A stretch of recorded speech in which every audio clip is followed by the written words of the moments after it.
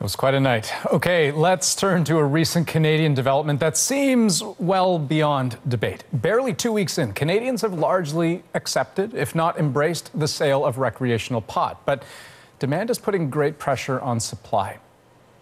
And one cost of that is already being felt by people who use cannabis for medical reasons. Diane Buckner talked to someone who knows it firsthand. Dan Goulet has lots of cannabis. He works for a cannabis company. But his company doesn't make the CBD oil he needs to manage health problems related to a concussion.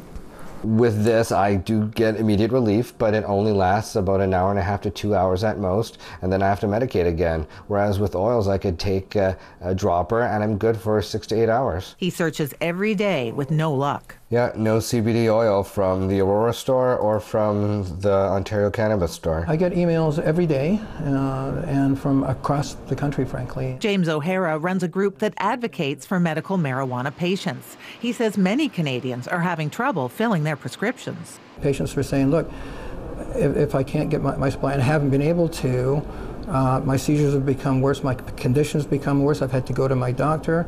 I've had to resort to opioids. He wonders why there are no rules about giving priority to patients. And unfortunately, there's no regulations in place to actually guarantee supply for the medical market. In an email, a spokesman says Health Canada remains confident that there is sufficient supply of cannabis overall to meet demand now and into the future. The industry, however, acknowledges there's problems. It says medical patients remain a priority, but that this brand new sector is experiencing significant growing pains. We've had new packaging and logistical rules applied to us. We've had the demands of the adult consumer use marketplace.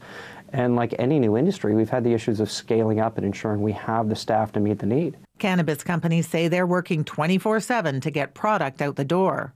But Dan Goulet thinks he could be waiting for weeks. It's something that I'm just waiting out and hoping for the best. He'll be struggling to manage his health issues until then. Diane Buckner, CBC News, Kitchener, Ontario. Now, another part of the new cannabis equation is new packaging and marketing rules, different from province to province. But the ones in Quebec have some retailers pretty ticked off, and they're complaining no other province is as strict. Jayla Bernstein explains. This downtown Montreal head shop has a few empty shelves because roughly 1/5 of its pot-related paraphernalia is now forbidden. Quebec's Cannabis Act bans businesses from selling anything with images or wording associated with cannabis. No more cannabis leaf on any t-shirts. So as you can see, like most of my... It's so empty, yeah. That space. We used to have about over 30 SKUs. We're down to like, honestly, not even half of it. Board games, jars. Anything that has a pot leaf. Even coloring books. It doesn't matter how subtle the reference is, even the word bud could cost a business thousands of dollars in fines. I joke that Bob Marley, for example, was a reference to cannabis.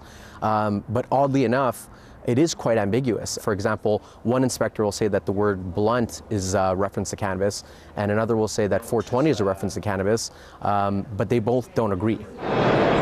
Entrepreneurs who sell across Canada say it's tough to navigate the patchwork of laws. Well, that's been the difficulty, is not knowing exactly what is considered an issue for Quebec and what's against their policy has been the most difficult challenge. I find that the rules in place here are a little bit more prominent, a little bit more strict, and yeah, so we decided to play it a little bit on the safe side, pick some more of our toned down pieces. Even this craft brewery is in trouble for the labels on its cannabis-flavored beer, which won't actually make you high. Pot, it means like cannabis without cannabis, it's illegal. Martin Guimont plans to battle it out in court. In the meantime, he's creating new labels to remove all references to cannabis, but says he could still lose as much as $100,000. So it's legal, like, to come in my bar, rolling a joint, and prepare yourself to smoke on the street, and I'm not able to tell you, like, okay, just to let you know, I have a beer of the flavor of cannabis. The province declined to speak with us about the rule, but they may have to address it in court. Christopher Manilo's chain, Prohibition, is working on a legal challenge.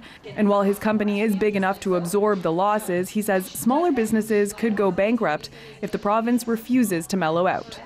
Jayla Bernstein, CBC News, Montreal.